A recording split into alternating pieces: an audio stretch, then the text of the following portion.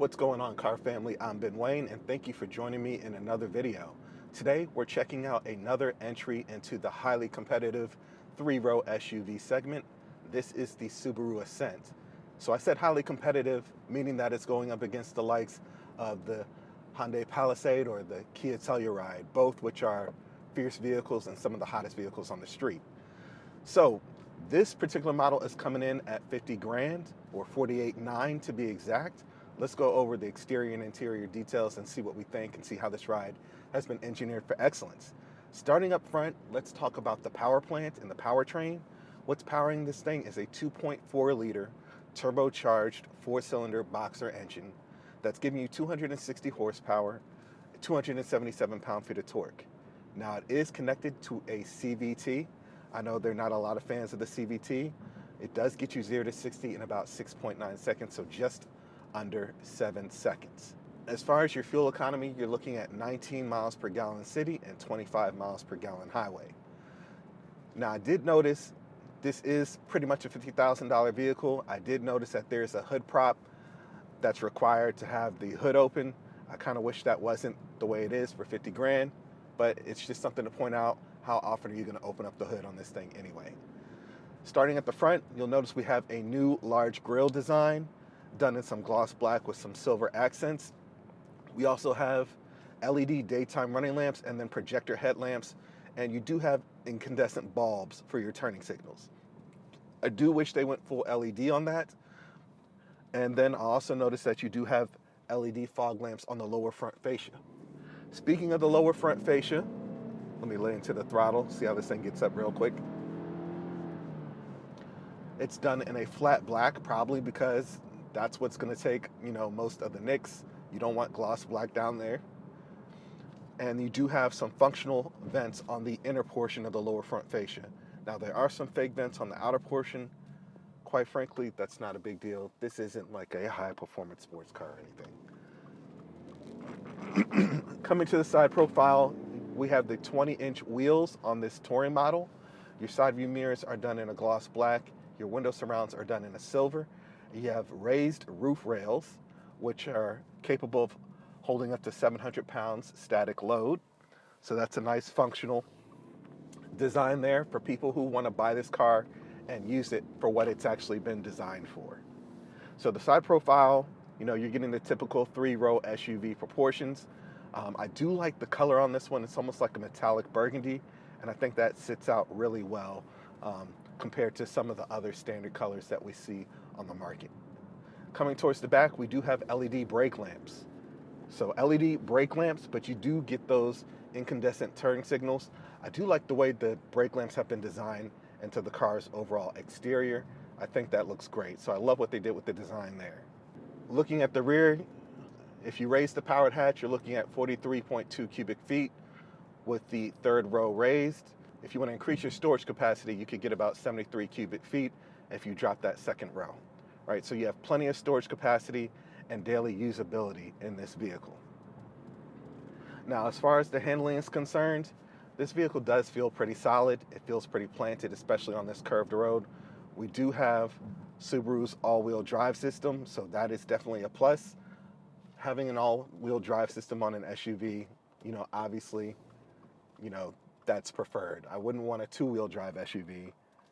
I'd just buy a car if I wanted two-wheel drive. So I like how they incorporated the all-wheel drive system in this vehicle. And overall, it handles really well. Now, there isn't really much road noise coming into the cabin either. It's a nice, quiet ride. So nice and peaceful. The ride is fairly smooth as well. So it's a really comfortable SUV that you could easily take on a long road trip, which is what these things should be designed for. So plenty of comfortability in terms of the driving dynamics, the overall handling, and the sound quality coming into the cabin. Now, as far as the interior is concerned, it is just wrapped in this beautiful brown Napa leather. I like the brown. It's different from what you typically see in SUVs like this. You usually get the standard black, grays, or almost like a cream color. I do like this Napa leather interior. It screams luxury. Now, we do have an 11.9-inch touchscreen display system here as well. I think that looks great. And You know, it's really responsive. We got the wireless Apple CarPlay going as well. Easy to use. You do have some physical buttons on the side for your air conditioning system, which I like. That's easy to get to instead of fiddling with the fan button on the bottom here.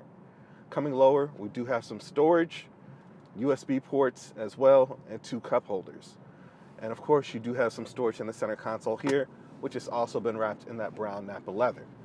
The seats, they're really good in this car.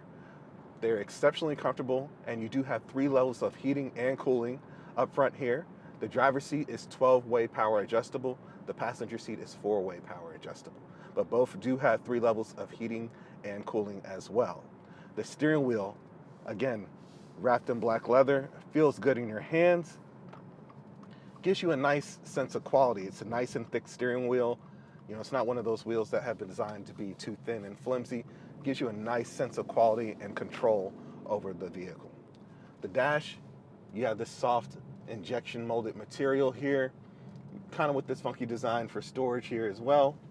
But I just wanted to point out that you do have the black leather and the contrast stitching going across the front dash. Door panels, you do have the wood accents, 2-position seat memory, again with the black leather and contrast stitching, the brown Napa leather as well, and then controls for all your windows and side view mirrors, and of course storage on the bottom of the door, which is plentiful.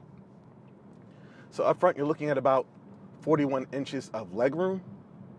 Coming to the second row, those seats are heated as well, so you're looking at 38 inches of legroom, and then the third row, you're looking at about 31 inches of legroom. So you're getting, you know, what you need in those rows. Second row has USB and controls your air conditioning system as well, so you're not feeling like a peasant sitting back there. So overall, it seems like they got the bases covered in this vehicle. It's coming in at just under 50 grand. You know, we do have a huge panoramic roof in this vehicle, which is one of my favorite features. That's going to give you a ton of natural light in this vehicle. Especially if you go with a darker interior, if you want to go with the black Napa leather, you know, you won't feel claustrophobic in this vehicle with this huge panoramic roof. It does have a power sunshade, and it does have a portion that opens to let fresh air in the vehicle as well. So let me lay into the throttle a bit again and just see how it handles, especially on this curved portion. So the acceleration is more than adequate, especially in an SUV, quite frankly. The transmission seems to be fairly smooth. It's not clunky whatsoever. Brakes are responsive. You know, it feels pretty solid. You know, you're not going to be doing spirited driving in this. I like to test it out just a little bit to see how it handles, to see if there's, you know, too much body lean in the car or anything. I don't sense any of that. It feels really planted, like they took their time and not only making this vehicle look good, but making sure it handles well also. Some people drop the ball on that. I'm not going to name any names. And when they do get it right, they're starting at like $75,000. But this thing, again, for 50 grand, it is competitive with what it's going up against. The Palisades, the Tellurides, you know, those cars, I've tested some of those, and they can easily hit 50 grand or higher, especially in the market today. So let me know what you guys think about this one in the comment section. Please be sure to like, share, and subscribe to my YouTube channel. And until next time, I'm Ben Wayne, the automotive reviewer that YouTube deserves. I'll catch you guys in the next one.